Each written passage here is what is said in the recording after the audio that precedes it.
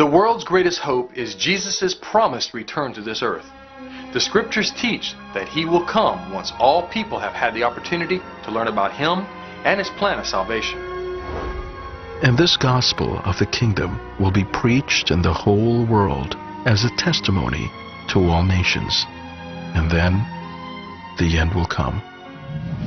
In fact, the New Testament promises approximately 300 times that Jesus will return. But what will his return actually be like? Will it be silent or secretive? The Bible texts that describe the appearing of Christ speak of him approaching earth in the clouds. But as these clouds come closer, the reality that they are actually masses of angels will become evident. At that time, they will see the Son of Man coming in a cloud with power and great glory.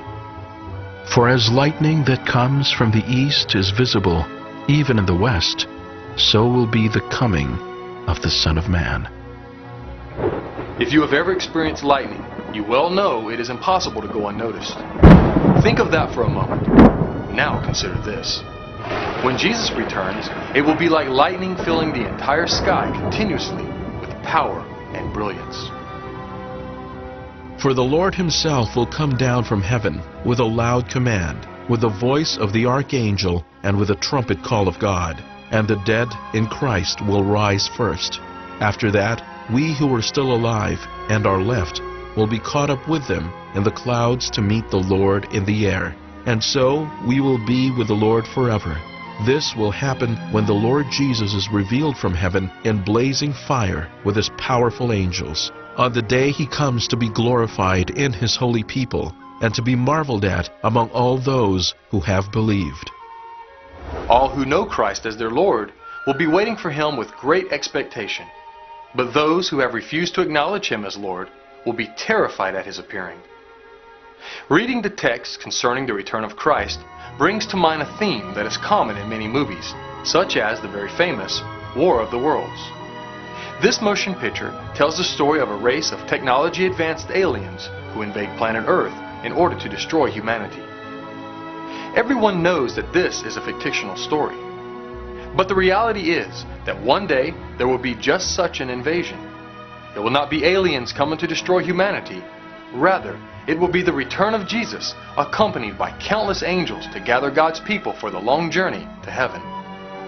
When this day comes, the skies of earth will be filled with the brightness of Jesus and all his powerful angels, and every person on earth will experience this awesome scene.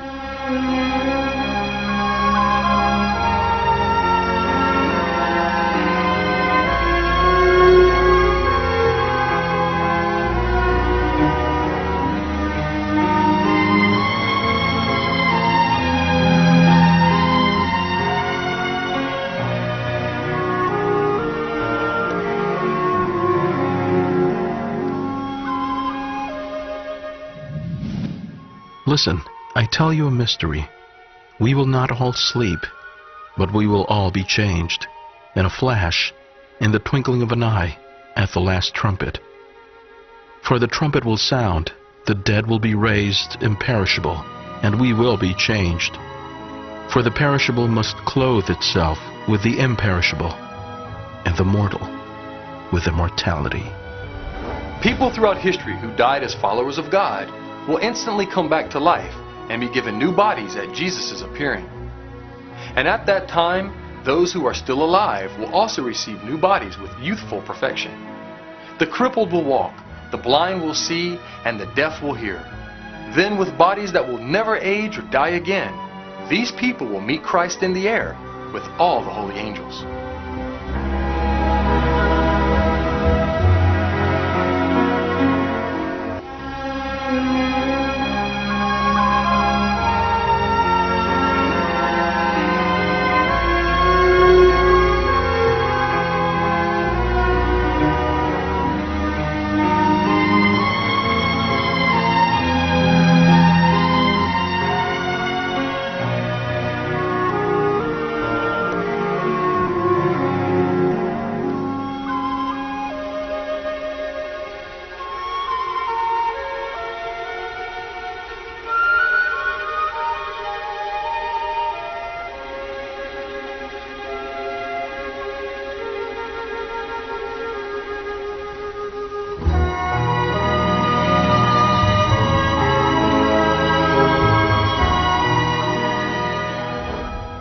Now there is in store for me the crown of righteousness, which the Lord, the righteous judge, will award to me on that day, and not only to me, but also to all who have longed for his appearing.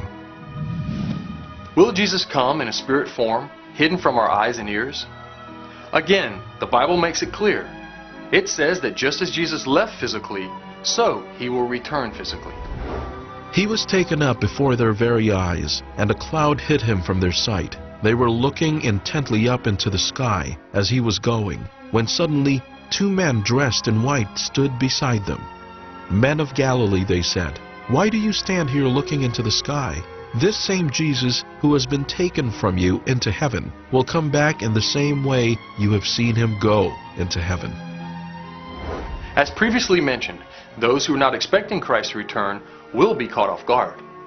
Paul explains this with the analogy of a thief that breaks into a home at night. If the thief enters the home while everyone is asleep, the family will be unprepared to protect themselves and their property. However, the family that is awake and expecting the thief would be prepared to protect themselves. This is what Paul means when he gives this analogy. Now, brothers, about times and dates we do not need to write to you, for you know very well that the day of the Lord will come like a thief in the night. While people are saying peace and safety, destruction will come on them suddenly, as labor pains on a pregnant woman, and they will not escape. But you, brothers, are not in darkness, so that this day should surprise you like a thief. One additional point that needs to be emphasized is the fact that the feet of Jesus will not touch the earth during his second appearing.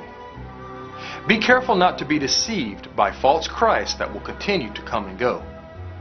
Because of this fact, if someone claiming to be Christ is walking on this earth, you can be positive that they are not the actual Christ.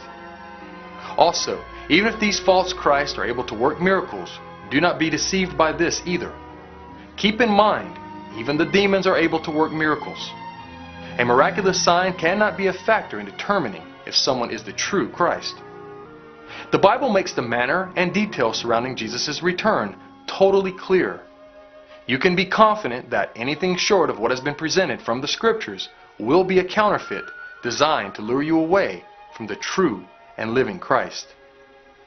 Do not be tricked by this crafty deception. I am coming soon.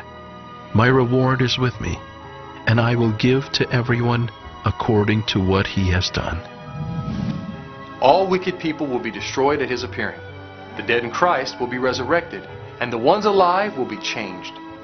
Then those who have accepted salvation through Christ will meet him in the air and be taken to heaven to receive their inheritance. Then for 1,000 years they will live with God in heaven. Then the books will be opened for all to see that God's judgment was perfect, and he gave every person sufficient opportunity to turn from their sinful life and follow him. After this I looked, and there before me was a great multitude that no one could count, from every nation, tribe, people, and language, standing before the throne and in front of the Lamb. The millennium in heaven will be a special time of healing for mankind. It will be a massive family reunion for all of God's children. People through the ages will be there, from as far back as Adam's time. Also, many of our own loved ones and ancestors will be there in fresh, new, immortal bodies. Some believe that the wicked will be left behind on earth to suffer for a time, while the people who accepted Christ will be secretly taken to heaven. We have seen from the Scriptures that Christ's return will be anything but secretive. But does the Bible back up this theory that the wicked will be left behind to earn their salvation?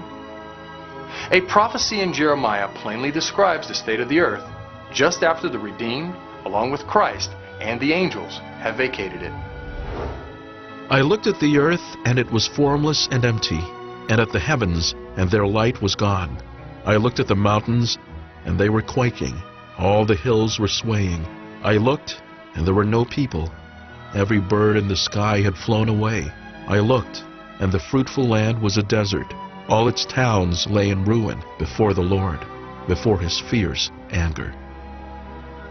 Just after the appearing of Christ, the wicked will be destroyed, and the faithful in Christ ascend to meet him in the sky to be taken to heaven.